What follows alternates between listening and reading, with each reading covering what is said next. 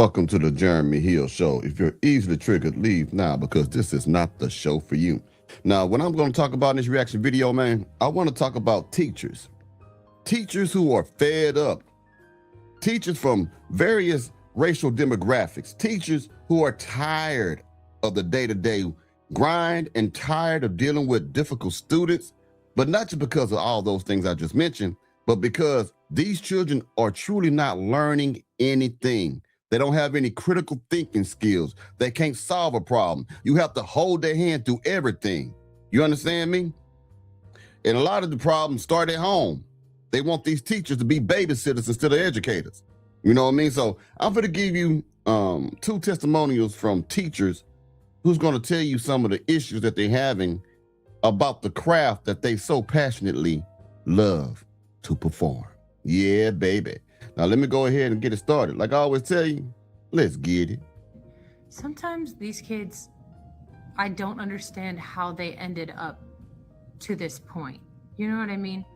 Like, I teach 8th grade history, and I have 110-ish students. 2 of them are reading on grade level right now. 18 of them are at a kindergarten level. 55 of those students are between a 2nd and 4th grade level. That's a lot of them. And that's typical of what I've seen lately from students. But it's not just literacy. It's not just literacy, and it's not just like lack of content knowledge. It's not just critical thinking skills. It's basic thinking skills. My students can decode almost nothing. They cannot apply inference. They cannot process questions that are longer than a sentence. They cannot connect cause and effect. They can't track multi-step ideas like in a political cartoon. And it's scaring me a little. Like, I see it every single day. I had a kid yesterday, 4 kids actually. This happened in every class. We were doing guided notes, supposed to be a real easy day. It was a review. They wrote down Maryland was founded as a safe haven for Catholics. It was on the board. They wrote it down. And before we moved on, I call on a student and I ask, hey, where were the Catholics one more time? And these students, what they do is they look at me, and then they look at their notes, and then they look at the board. They look back at their notes. And some of them never answered me. They never figured out the answer. It was wild. And I kept giving them hints, like rephrasing the question and saying, like, it's in your notes. We just wrote it down. We just wrote it down. Where are the Catholics? It's on the board. And they never got it. Let me tell you something, man. We are living in a time where the younger generation lack critical thinking skills, and they have a bad understanding about a lot of things in life. And some of those children, teenagers, also don't have any type of understanding. Now, if you don't have any type of understanding, that means you don't have any type of wisdom, which also means that you don't have any type of common sense. Now, a lot of this is because, in my most humble opinion, a lot of these children are being raised in single-parent homes where the mothers are giving them electronic devices to educate them. The parents are no longer being invested into, or they're no longer invested in what the children are doing.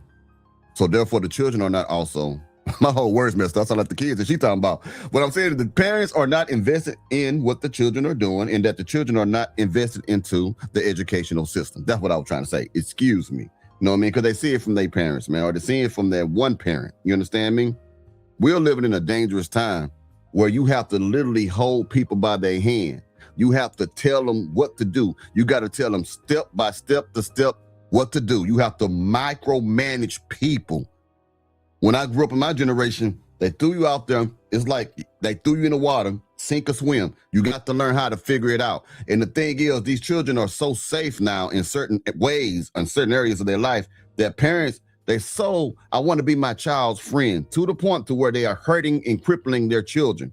You got to let your children get out there and experience the world, the good and the bad. You got to let them learn how to survive on their own. You cannot keep a child with you forever.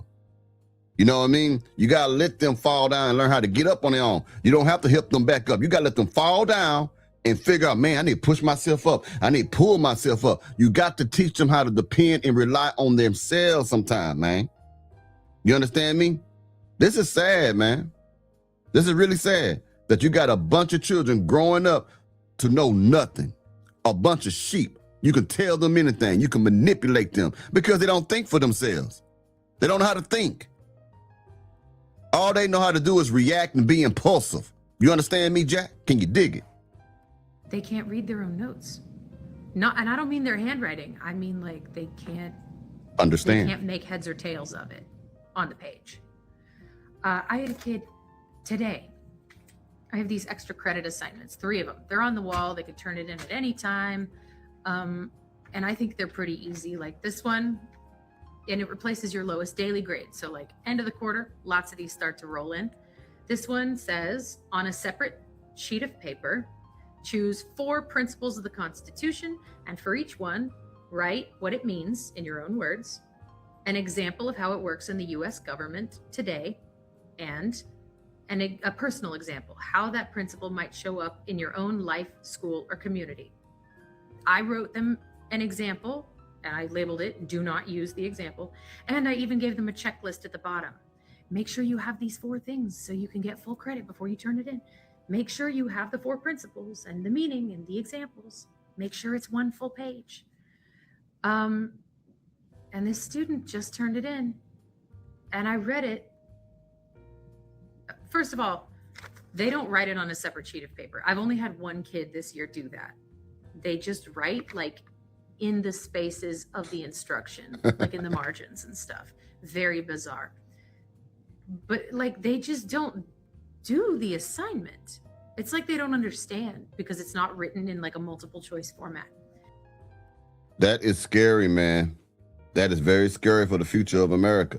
Now, let me show you this black lady who's going to tell you some stuff that's really true. She said some things I didn't know. I grew up where you had to learn how to write in cursive. And I'm so far out the school thing. I didn't know they wasn't teaching that no more, and that some of these kids can't even read basic clocks on the wall, man. This is crazy, man. I mean, basic. This ain't rocket scientist, man. Let me put it on the screen for you. This is wild. Like I always tell you, Jack, let's get it. 10 things kids no longer know how to do, and I don't know why. Number 1, read a clock with confidence. Damn.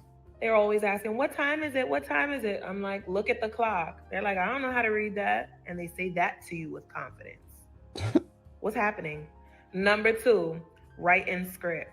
Whatever happened to writing in script? I love writing in script. I wish more of them knew how to do this. This is like a lost art. I'm sorry. I love writing in script. I prefer it over print, but they don't teach it in schools anymore. We need to bring that back. Bring it back. Number 3, memorize phone numbers. They don't know their parents' numbers.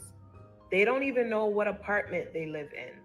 They don't know what street they live on, which brings me into number 4. They don't know their address. We ask them, where do you live? I live down the block. Well, what's your address? I don't know. Shit. I'm talking about 3rd graders, y'all. Man, in 3rd grade, we didn't have cell phones when I grew up. That's how old I am, right? But when I grew up, you knew everybody number that was important. You knew your mama, you knew the cops, you knew everybody. Whatever you knew, the people you need to know how to get in touch with, you knew how to do it. And you sure knew where you lived at. You knew the street you lived on. You knew your address. You knew your parents' name. And even though you still call them father, mother, daddy, mama, whatever, but you knew your people. You knew your people's name that mattered. These kids don't even know their parents' name, man. Man, let's keep going, man. 3rd grade, and it happened last year when I taught 2nd grade also. Number 5, they don't know how to count money. Oh my God. They don't know how to count money. And it's partially not their fault, right? Because we're always using cards, Apple Pay, things like that. But if you give them a few coins, they don't even know the names of the coins. They don't know the value of the coins. They can't add it all together. Like, what is happening? We got to bring it back. We got to bring it back. Know how to count coins. And you go over it in 2nd and 1st grade. So I'm kind of lost as to why we don't know how to count money, but okay. Number 6, they don't know how to tie their shoes. They have these fancy shoes and they don't know how to tie their shoelaces. Some of them have Velcro, and hey, If it works, it works. But I mean, come on, we should know how to tie our shoes. At 8 and 9, like, what's happening? What number did I get to? I don't know, 6 or 7. Anyway, the next one. They don't know their parents' names. I'll ask them, what is your mom's name? They'll be like, I don't know. You don't know your parents' name? They don't know where their parents are from. Like, do you speak to your parents at all? Man, see, a lot of that comes from the family not eating together at the table either. Everything is just slowly, unraveling, man. There used to be a time where the parents and the kid would sit at one place in the house and they'll eat dinner, lunch, or whatever it is, breakfast. Now everybody get their plate, go in their own room. Hell, they may go outside, whatever they're going to do. But there's always a separation there. You know what I mean? It's crazy. So parents don't know the children don't know the parents. They just know they live together. Yeah, I don't know what's happening. I don't know what's happening. Next, they don't know what year they were born. Some of them can tell you their birth date. Damn. But what year they were born, they don't know. Nor are they interested. I don't know.